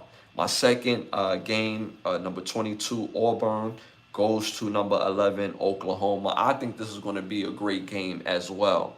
I believe this game will go to the fourth quarter as well. But I have Oklahoma edging this game. I think Oklahoma is more battle-tested for this particular game. They're more prone to stopping the run. Oklahoma presents a lot of conflict with their quarterback because their quarterback could both run and throw. So he's going to put their defense in a whole lot of conflict. It's either you stop this, you won't be able to stop that. So I'm going with Oklahoma for the win on this one. Next game I have number 21 Michigan visiting the University of Nebraska. This is going to be a great game of the Blue Bloods. But I got my Michigan winning this game as well. Each and every week, we're seeing Bryce Underwood get better and better and better. His talent is through the roof. But as long as we see him steadily getting better and better, I think this puts Michigan in the utmost importance and hardest to beat at some point, because he's athletically gifted. He could run, and his arm talent is crazy. But this benefits the team because each and every game, our receiving core is getting better and better. They're still not at the place where we need them to be, but they're getting better and better. And our running game is so potent, you have to load the box. So if you're loading the box, our receivers is on an island alone, and they have to make plays. So I think we'll see a shift in the offense where it'll be more balanced when we trust our receivers to make more plays downfield. But I still have Michigan beating Nebraska at Nebraska. But I know Nebraska is going to be a hostile environment. It's going to be a hard game to win, but I still got Michigan over Nebraska. Next game, number 9, Illinois playing number 19, Indiana. I'm going for the upset. I got number 19, Indiana, beating number 9, Illinois. Illinois is a great team. Indiana's a great team. But they're playing at Indiana. And Illinois, to me, is still not a team who can go on the road and beat a top quality team like Indiana. Indiana, their team has been together for the second year now. So their familiarity with each other, their the experience that they gain with each other is going to be a factor in this game. So again, I have Indiana upsetting number 9 Illinois. Next game, Temple versus Georgia Tech. I have Georgia Tech winning this game. I think Temple. I think Temple's going to get packed up pretty early. To be honest with you, Georgia's style is very grit, grind type of style. Would I be surprised if this was like a fourth quarter game? No, but I believe that Georgia will pack them up. I believe this game is probably going to end up probably 35-12, in my opinion. So I got Georgia Tech winning this game. And my final, my pick six, Florida versus Miami. Number 4, Miami. Florida goes to the Hurricanes. I believe Florida is going to play a good game. Anytime you have a rivalry like this, it's going to be a very good game. It's going to be physical, and the athleticism is going to be through the roof. But I got to go with Miami in this game. Miami looks like the better team. And Florida, they're having a trust issue with their quarterback right now. DJ Lagway is an amazing talent. He's an amazing talent. He has the body size, pause. He has the talent, again. But there's continuity issues between him and his receivers. We didn't see it prior to because they was playing lesser talent. But when they upped in talent, when they played the USF, when they played Florida State, when they played, now they're playing Miami, Miami is scary good. So I got Miami winning this game. So that's my pick 6 for college football this week. Again, I call this Reality Saturday. Miami will win that game. I'm trying to tell you, Miami look good. Miami look good. I'm not worried about Florida against Miami. I'm going to let y'all know when Miami should worry. But definitely, I think Miami's going to have an outstanding season. They started off outstanding, and Miami is going to win this game. So my pick 6 for the NFL. Last week I did go 3-3, but again, I don't call easy games. And these games are not easy to call. It's the NFL. Games are meant to be played. So we're gonna see. But again, I think I called it pretty well. Like I always feel like I hit it out the park. So my pick 6 is in for NFL. Dolphins going to the Bills. I have the Bills. I have the Bills straight up and down. Again, this is reality. I said Reality Saturday for college football. This is Reality Sunday for the NFL. Miami is not on the level as the Bills at all. At all. I do believe Miami's going to have a good showing because it's a rivalry type of situation. But the Bills is going to... I honestly believe this is going to be like a 35... I'll say 35-10 type of game. So I have the Bills winning this game. Colts. The Colts going to the Tennessee Titans. The Tennessee Titans is a team that's steadily improving each and every weekend. I would not be surprised if they won this game. But I have to go with the Colts. The Colts have looked good thus far. And the Colts have played some quality competition.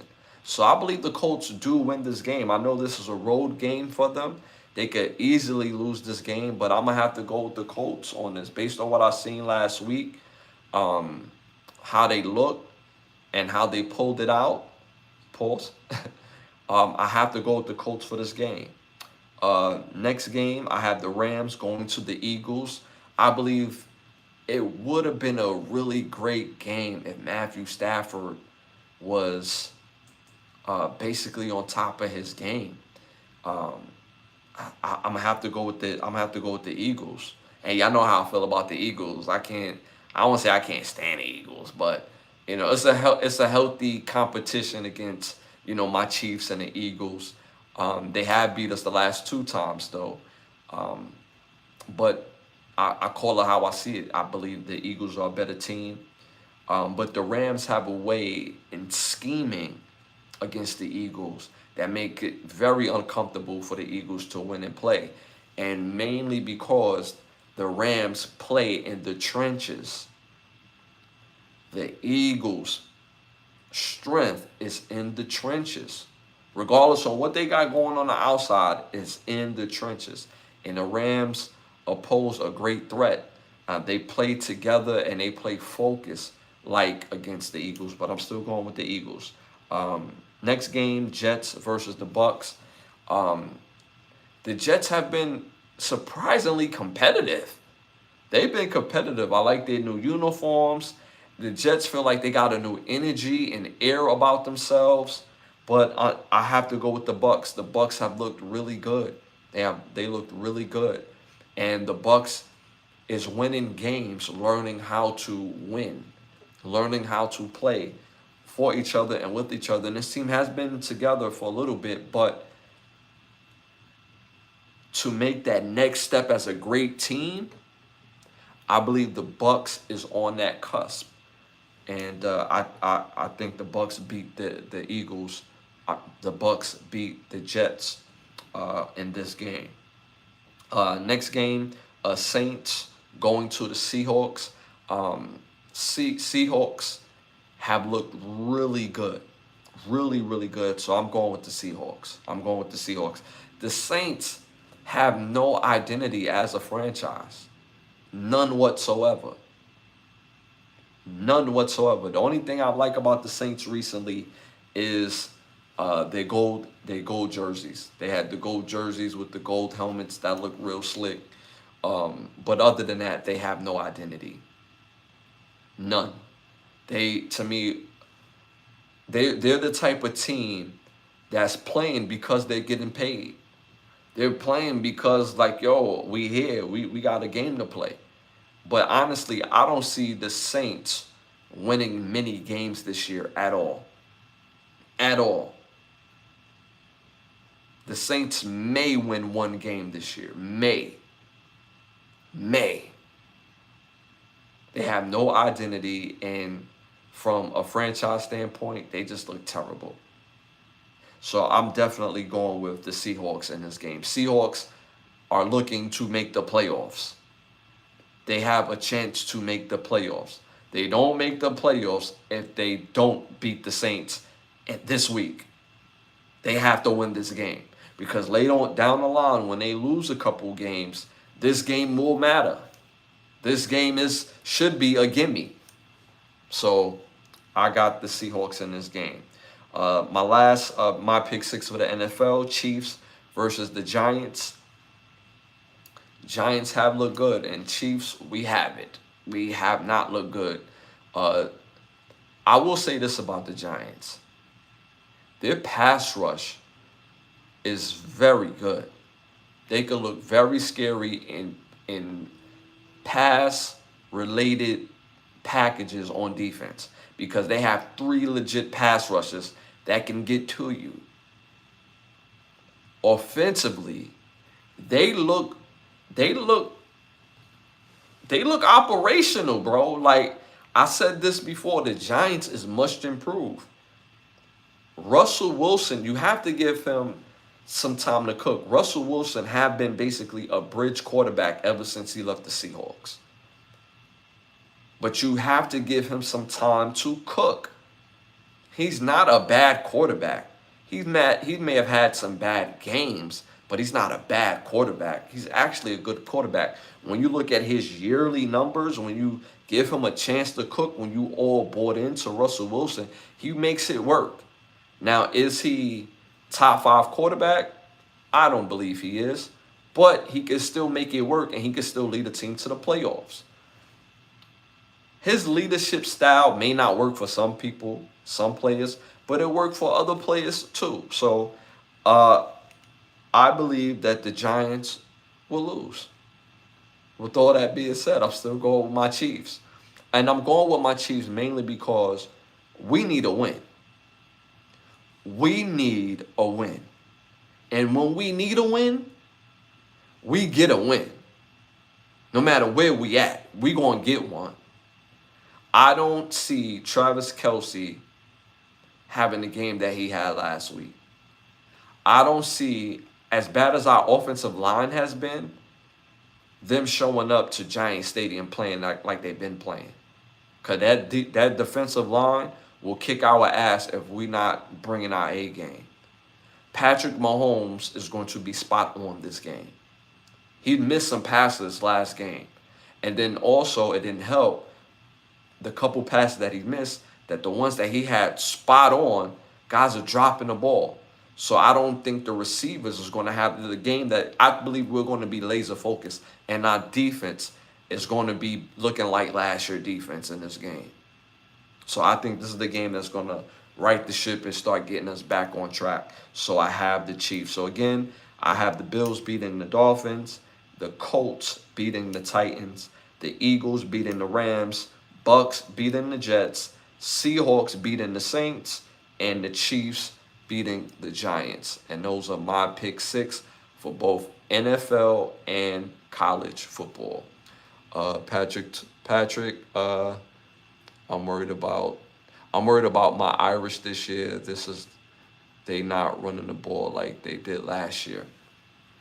I'm not gonna lie, the Irish is a big disappointment so far. They're a big disappointment as far as college football. The Notre Dame Irish is a big disappointment. Their team, they had a lot of guys come back that went to that had their run last year. They don't look good. They look complacent. They look accomplished. They don't look like they have no fire in their belly. Their defense is not popping off the same as it did last year. And I believe if they worry about what they did last year, then they might as well pack the season up. Because as a football player, if you felt accomplished and you feel like you did something the year prior to, and you're just going to show up and teams is going to bend over and do what you're saying, nah, you got to show me. And Notre Dame is not showing nobody. So they don't look good. They're not a safe bet on any game in my estimation this year. In any game. They could lose. I'm not saying that they're going to lose every game. But to bet on them, they could lose any game that you bet on them. They could lose to Army. They could lose to Navy.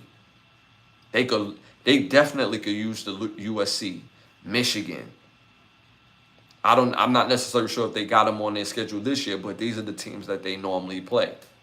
They're definitely losing those games.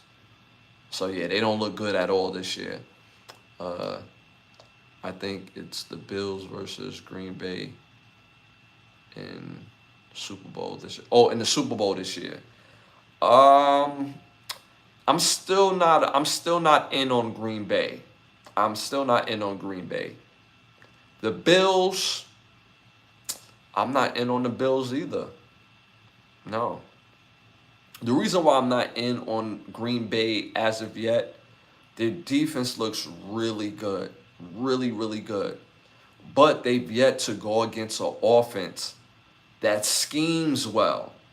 All the offenses that they've gone against have lazy schemes. And they just, again, run the same scheme and just, we just going to figure it out on game day. No. They haven't faced a team that exploits their weaknesses. So that's why I'm not all in on Green Bay. And as much as I think Jordan Love is a top 10 quarterback, which he is, and I said he is a top 10 quarterback prior to, and I stand on that. But Jordan Love still has a risk it mentality when it comes to throwing that ball. He gonna risk it, dog. He would literally throw for like 350, 3 touchdowns, but he gonna risk a couple of them. And when you get into those really good games and those games that matter, he gonna serve up a pick or two. So until I see him play a game that he's not risking it for the biscuit, I'm not going to be all in on Green Bay for those two main factors. The Bills, I like the Bills. They're a solid team. They beat all the teams that they're supposed to beat. But in the big games, man, in the big games, if they play us as bad as the Chiefs have looked, as bad as we look this year so far, if we play them in the playoffs, whether it's at Orchard Park or matter of fact they move, whether it's their new field or at the Kingdom, they're not beating us. They're not beating us. They could beat the Ravens, but they're not beating us, the Chiefs. So the only way the Bills to me goes to the Super Bowl is that if they don't play against the Chiefs. If they don't play against us, if we lose in the playoffs somewhere along the line, then the Bills would more than likely go to the Super Bowl. But to me, is it possible? Of course. Is it likely? I don't think so. I don't think so. I don't think it's going to be the Ravens either. Will it be us, the Chiefs? As of right now, I'm gonna say no. We don't look good. We don't look good. Our offensive line looks abysmal. We don't have a number 1 receiver, a number 2 receiver, a number 3 receiver. We have a whole bunch of guys at receiver who can play, but they not go-to guys. And our defense at some point is going to be outstanding. I mean, our defense played well against the Eagles. We played really well against the Eagles. Like, if you look at the stats in that game, we limit the Eagles to rushing lows, passing lows. We should have won that game. So our defense is going to show up and show out. It's our offense that's hampering us as of right now. But am I saying that we're going to the Super Bowl? No. There's a team that we're not thinking about, we're not talking about yet, that probably go to the Super Bowl in the AFC, in my opinion. They beaten the Chiefs this year. Tyreek not being there anymore hurts them. And Kelsey has checked out. I disagree hugely with that Tyreek take. I disagree hugely. Like, with Tyreek, was we different? Of course. And the reason why we was different, it wasn't just Tyreek. It wasn't just him. Sammy Watkins runs deep routes like no other. And Sammy Watkins ran like a 4.2, 4.3. Kelsey used to be vertical. So, and the combination of Kelsey used to being vertical and all the other guys was the reason why Tyreek could go as deep as he went. And we had a running game. We had a young Kareem Hunt at that time. Because remember, before Patrick took over, Alex Smith, that was the same team. That was first round knockout. We've been to the Super Bowl, 4 times without Tyreek? Nah, come on. Nah. We won 2 Super Bowls without him. So, are we the same? No. But so what? We won 2 Super Bowls and we've been to 4. So I don't think Kelsey's checked out. I think his play, he's just declined. He's getting older and he's just declined. But he's not checked out. He's an older player. He can't afford to check out. Because if he was checked out, he would be retired. It's just, again, he's getting older.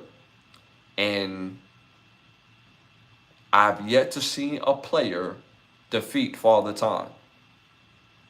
Father Time is undefeated. And we seen people try it. We seen Robert Parrish. We seen Vince Carter. We seen Tom Brady. LeBron James still going. We seen it. Tom Brady played till he's 45? So LeBron James got 5 more years? 6 more years to catch that if he was trying to, which I don't think he's trying to. I think he would play probably one more year, and he called it a day. But Father Time is undefeated. So Kelsey, great player, one of the best tight ends ever, if not the best tight end ever, hands down. Um, some people have Gronk. I have Kelsey there. Um, but it's just Father Time. It's just a decline in his play. But everybody else has to be better. Everybody, you gotta remember, we lost Rashid Rice. He's suspended for a particular set of time. Worthy is hurt. He's gonna be out for a while. So we gotta find a way. Um, and I believe we will. But I don't think I'm gonna sit here and say we're going to the Super Bowl. But I don't think the Bills will either. The only way the Bills will go to the Super Bowl if they don't play us. I really, in my heart of heart, believe that. Chiefs need to pick up some help at the trade deadline. I agree. Me personally, if the Chiefs was listening to me, we gotta upgrade the offensive line. Our defense is really good. If you upgrade our offensive line, Patrick can win with guys at receiver. We've seen him do it twice. He can win with guys at receiver. Do we need a big name receiver? No, we don't.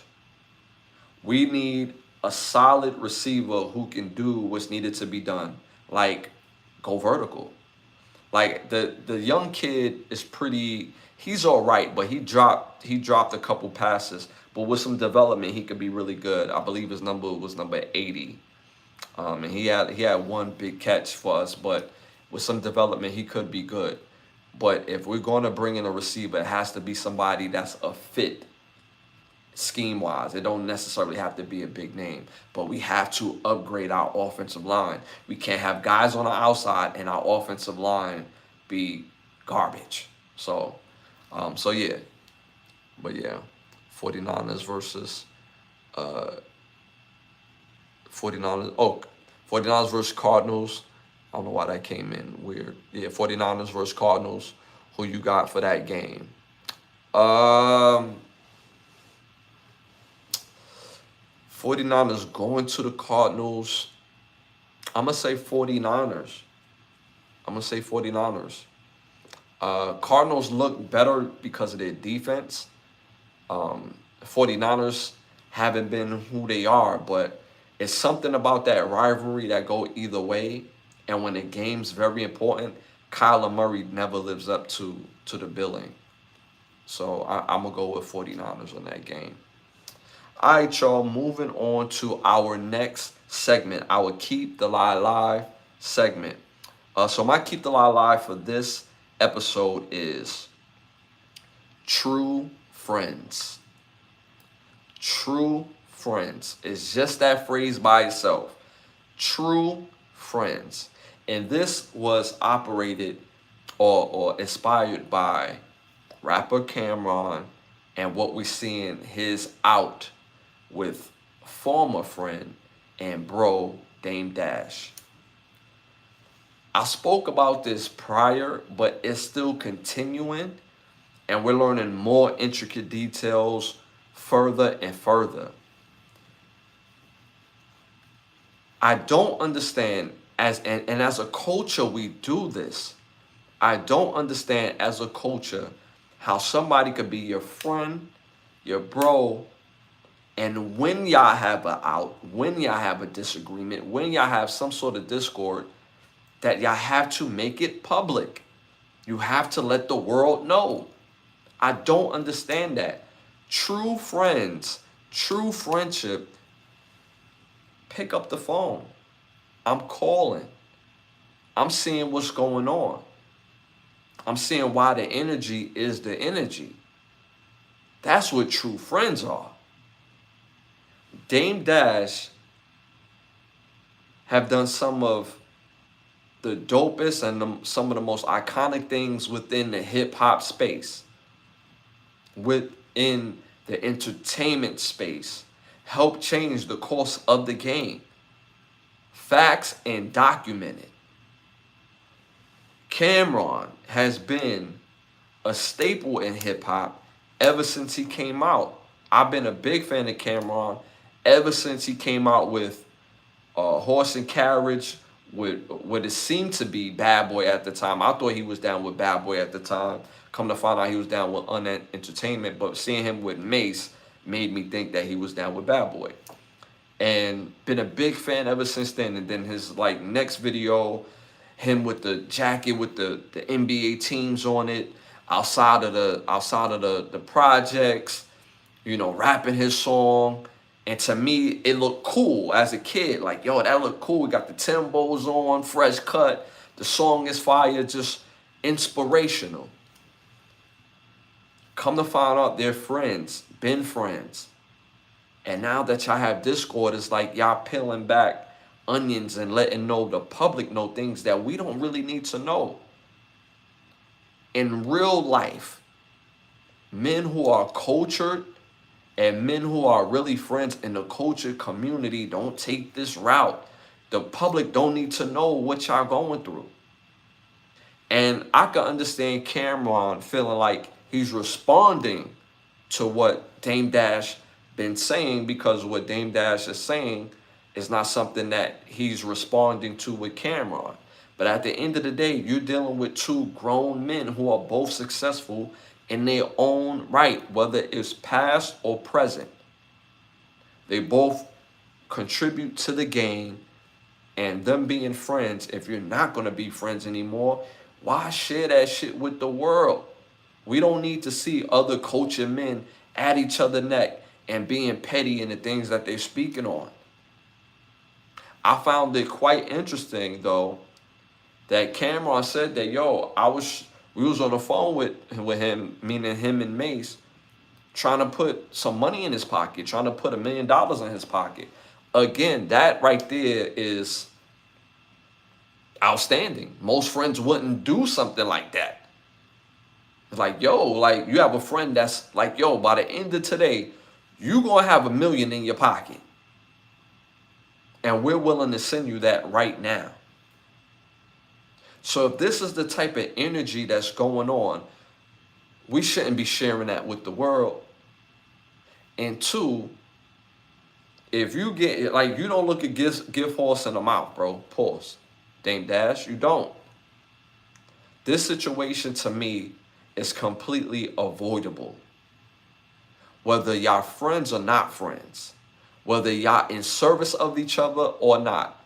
Pause. Meaning, the reason why I say in service is because Cam and Mace was willing to give him $1 million. That's a form of service, of friendship. At the end of the day, we don't need to see this.